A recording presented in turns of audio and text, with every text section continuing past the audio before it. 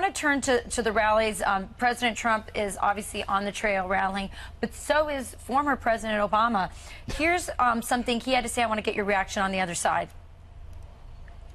Throughout human history, certainly throughout American history, politicians have exaggerated.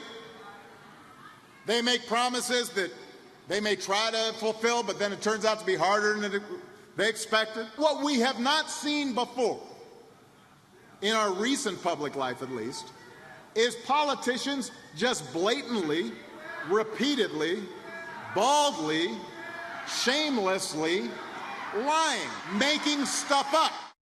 So, yeah. David, he's calling him a liar. By the way, also trying to take credit for the economy.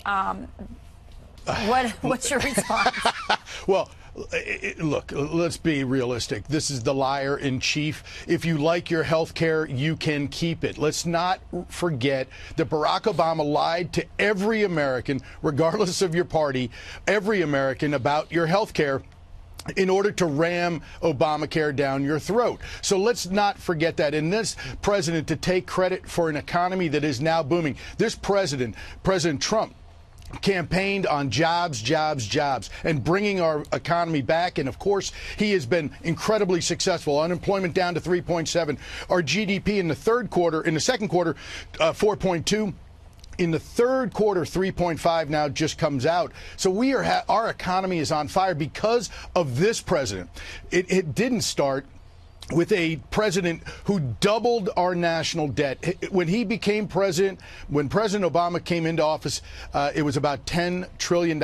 And when he left, it was at about $20 trillion. It took 220 plus years to get to $10 trillion. In 8 years, he doubled it. How irresponsible could you be? This president is going to grow us out of it. David, in 9 days, voters will go to the polls and decide who they believe. Is it Barack Obama or is it Donald Trump? Is the line that President Trump is using, you're better off now, are you better off now than you were 2 years ago? Promises made, promises kept. Is that going to resonate enough to carry the House and keep it in Republican hands?